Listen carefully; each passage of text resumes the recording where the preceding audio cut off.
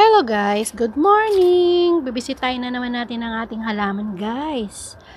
Uy, araw-araw tumataba sila guys. Ayan, may bulaklak na yung kalabasa ko guys. Oh. Ayan, may bulaklak na yung ampalaya. Ayan guys, alam nyo guys, may bunga na yung aking kalabasa guys. Oh. Sana lumaki na yan guys dito. Pag winter dito sa Qatar guys, ako ay nagtatanim ng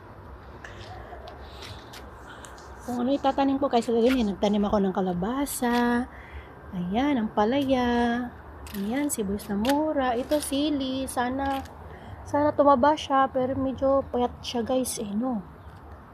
Tsaka ito, ang nakakatuwa guys, ang aking kamatis, sobrang taba-taba, ang taba-taba talaga guys ng kamatis, go.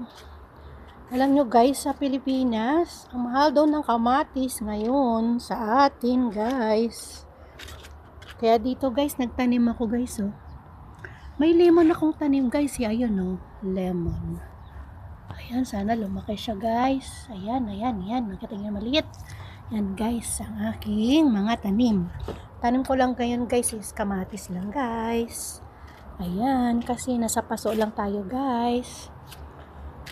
Alam nyo ba guys, nagdati summer pa lang nag-iipon na ako ng mga gulay, yung mga natin ng gulay, pinagbabalatan, tapos nalalagay ko siya dito sa mga paso guys, para pag winter guys, tayo ay magtanim.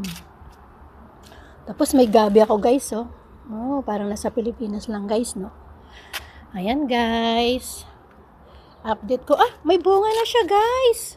Ngayon ko lang nakita. May bunga na siya. May bunga na yung kamatis ko guys. Ayan. So cute. Ayan guys. Ayan. Bye-bye muna guys.